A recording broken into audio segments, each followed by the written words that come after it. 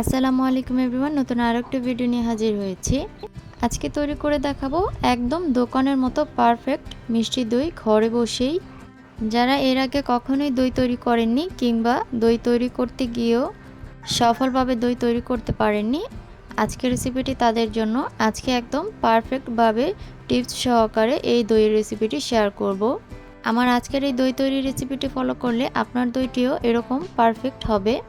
তাই ভিডিওটি না টেনে অবশ্যই সম্পূর্ণ ভিডিওটি দেখতে থাকুন। দই তৈরি করার জন্য এখানে আমি 1 লিটার পরিমাণ দুধ নিয়েছি। আমি এখানে লিকুইড দুধ নিয়েছি, আর এই দুধটা কিন্তু একদমই ফুল ফ্যাট যুক্ত দুধ। আর অবশ্যই ভালো মানের ফুল ফ্যাট যুক্ত দুধ নেওয়ার চেষ্টা করবেন। ফুল ফ্যাট যুক্ত দুধ মানে যে দুধটা আগে থেকে জাল করে দুধের সরটা উঠিয়ে নেওয়া হয়নি। তো দুধটাকে ভালোভাবে জাল করে ঘন করে নিতে হবে। আর জাল করার সময় অবশ্যই অনবরত এভাবে নেড়ে চেড়ে দিতে হবে।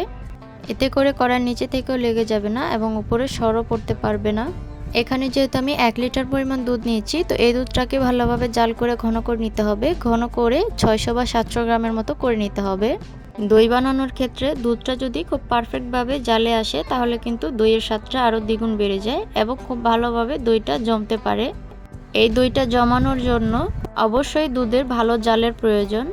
দই বানানোর প্রসেসটা কিন্তু খুবই সহজ, যদি ছোট ছোট টিপসগুলো ফলো করে দই তৈরি করে নেওয়া যায়।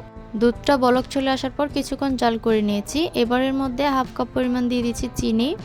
আপনারা আপনাদের দুধের পরিমাণ কিংবা স্বাদ অনুযায়ী মিষ্টিটা কম বা বেশি করে দিতে পারেন। এবার চিনিটা দুধের সাথে খুব ভালোভাবে মিশিয়ে নিচ্ছি। আর চিনিটা দেওয়ার পর কিন্তু দুধের মধ্যে এক্সট্রা একটু পানি ছেড়ে দেয়, সেটা সমস্যা নেই। ভালোভাবে জাল করলে এই চিনির পানিটা শুকিয়ে যাবে। যদি দোকানের দইয়ের মতো সুন্দর একটি ঘ্রাণ পেতে চান আপনার তৈরি করা দইয়ের মধ্যে, তাহলে অবশ্যই সামান্য একটু গুঁড়া দুধ ব্যবহার করবেন। গুঁড়া দুধ ব্যবহার করলে দইয়ের মধ্যে আলাদা করে সুন্দর একটি ঘ্রাণ ছড়ায়, এতে করে দইটা খেতেও অনেক বেশি ভালো লাগে। গুঁড়া দুধটা দিয়ে ভালোভাবে মিশিয়ে নিচ্ছি। একটু খেয়াল করলে বুঝতে পারবেন আমি যে দুধটা নাড়াচাড়া করছি, অনেক উপর থেকে কিন্তু আমি দুধটা ফেলছি। আর উপর থেকে ফেলার কারণে সুন্দর করে ফেনা তৈরি হচ্ছে। দইয়ের উপরে কিন্তু এরকম ফেনা ফেনা ভাব থাকলে দইটা দেখতে খুবই আকর্ষণীয় মনে হয়। আর এইভাবে ভালোভাবে যদি নেড়েচেড়ে জাল করে নেওয়া যায়, তাহলে দুধের জালটাও খুব ভালোভাবে হয়।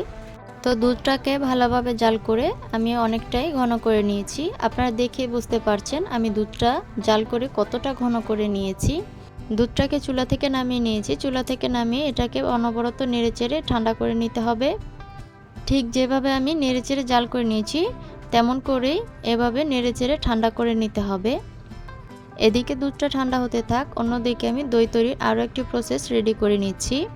তো দই তৈরি করার জন্য এখানে আমি নিয়ে নিয়েছি সামান্য একটু দই। এই দইটা আগে থেকেই ফ্রিজে রাখা ছিল। অবশ্যই ভালো মানের দইটা নেওয়ার চেষ্টা করবেন। তো দইটাকে আমি একটি কাঁটা চামচের সাহায্যে খুব ভালোভাবে ফেটিয়ে নিচ্ছি। আমরা সবাই জানি দই তৈরি করার সময় আলাদা করে দই ব্যবহার করতে হয়, এটাকে অনেকে দই বীজও বলে থাকেন। তো দইটাকে দেখতে পাচ্ছেন ভালোভাবে ফেটিয়ে নিয়েছি, একদম মিহি হয়ে গিয়েছে। এবার এটাকে একটি সাইডে রেখে দিচ্ছি। এবার অন্যদিকে যে দুধটা ঠান্ডা করতে রেখে দিয়েছিলাম, দুধটা প্রায় ঠান্ডা হয়ে গিয়েছে। আমি আঙুল দিয়ে একটু চেক করে দিচ্ছি। আঙুল দিয়ে চেক করার পর যদি মনে হয় একটু উষ্ণ ভাব আছে, তাহলে এর মধ্যে আমি দইটা ছেড়ে দিব। অবশ্যই এরকম কুসুম গরমের মধ্যে দইটা ছেড়ে দিতে হবে, একেবারে কিন্তু ঠান্ডা করে নেওয়া যাবে না। তো দইটা দিয়ে ভালোভাবে মিশিয়ে নিচ্ছি। আমি এখানে আগে থেকেই দইটা ফেটিয়ে নিয়েছি, কারণ এর মধ্যে সরাসরি যদি দইটা দেওয়া হয়, তাহলে কিন্তু দইয়ের যে দানা দানা ভাব থাকে সেটা থেকে যাবে। সেজন্য আমি একেবারে মিহি করে ফেটিয়ে নিয়েছি, যেন এর মধ্যে আলাদা করে কোনো দানা দানা ভাব না থাকে। দুধটাকে দইয়ের সাথে ভালোভাবে মিশিয়ে নিয়েছি। এবার যে পাত্রে দইটা পাতবো সেই পাত্রটির মধ্যে দুধগুলো ঢেলে দিচ্ছি।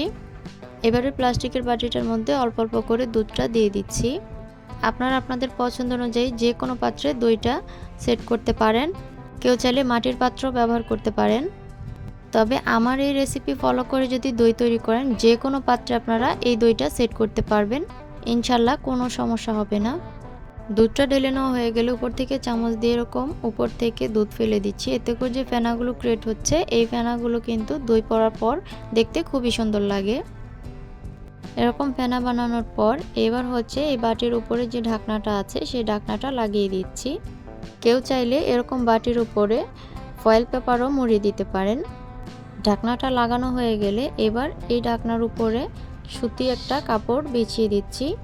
এরকম কয়েকটা সুতি কাপড় এর মধ্যে দিয়ে দিতে হবে। আপনাদের বোঝার সুবিধার্থে আমি শুধু একটি কাপড় ব্যবহার করেছি, কিন্তু আমি অফ ক্যামেরায় অনেকগুলো কাপড় এর মধ্যে দিয়ে দিয়েছিলাম। তো উপর থেকে কাপড় দিয়ে এটাকে 5-6 ঘন্টার জন্য রেস্টে রেখে দিতে হবে। তো 5-6 ঘন্টা পর ফিরে আসলাম। এবার দেখি দইটা পারফেক্টলি ভাবে জমে গিয়েছে কিনা।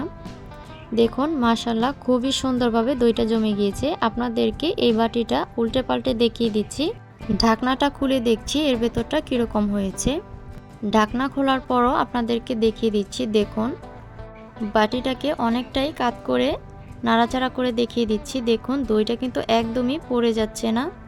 দইটা তৈরি করে আমি নিজে অবাক হয়ে গেছি, এতটা পারফেক্ট হবে আমি নিজেও বুঝতে পারিনি। আলহামদুলিল্লাহ বাটিটাকে আমি এদিক সেদিক যতটাই কাত করছি কিছুই হচ্ছে না, তার মানে আমার দইটা একদমই পারফেক্ট হয়েছে। আশা করছি আজকের এই দইয়ের রেসিপিটা খুবই ভালো লেগেছে। আশা করছি আমার এই রেসিপিটি ফলো করে যদি আপনারা বাসায় দই তৈরি করেন তাহলে অবশ্যই আপনারাও এরকম সফলতা অর্জন করবেন। বাটি থেকে একটু দই চামচ দিয়ে উঠিয়ে দেখিয়ে দিচ্ছি এর ভেতরটা কতটা সুন্দর হয়েছে। দেখুন একদম দোকানের মতো পারফেক্ট দই তৈরি করেছি।